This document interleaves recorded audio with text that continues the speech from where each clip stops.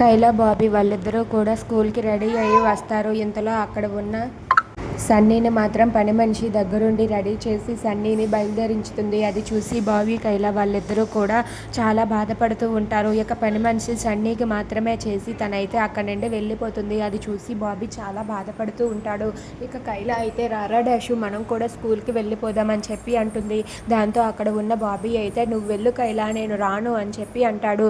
ఆ మాట విని కైలా ఒక్కసారిగా షాక్ అవుతుంది. ఏంటి, ఏమంటున్నావు రా డాషు, ఎందుకు రావు, రా టైం అవుతుంది అని చెప్పి కైలా అంటుంది. ఆ మాట వినగానే బాబీ అయితే నేను రాను, నువ్వు వెళ్ళు, ఇక్కడ నాకు కొంచెం పని ఉంది, నేను ఆ పని చూసుకొని వస్తానని చెప్పి అంటాడు. ఇదంతా కూడా సుభద్ర వింటూ ఉంటుంది. ఇక సుభద్ర అయితే ఈ బాబీగాడు ఎందుకు ఇక్కడ ఉంటున్నాడో నాకు తెలుసు, ఈ బాబీగాడికి ఎలాగైనా సరే ఈ ఇంట్లో నుండి వెళ్ళిపోయేలా చెయ్యాలి అని చెప్పి సుభద్ర అయితే ప్లాన్ చేస్తుంది. ఇక అక్కడ ఉన్న బాబీ అయితే కైలాని వెళ్ళిపోమంటే కైలా అయితే సరేరా డాషు, నువ్వు పని చూసుకొని త్వరగా వచ్చేయరా, నేను వెళ్తున్నాను అని చెప్పి కైలా అయితే అక్కడి నుండి స్కూల్కి వెళ్ళిపోతుంది.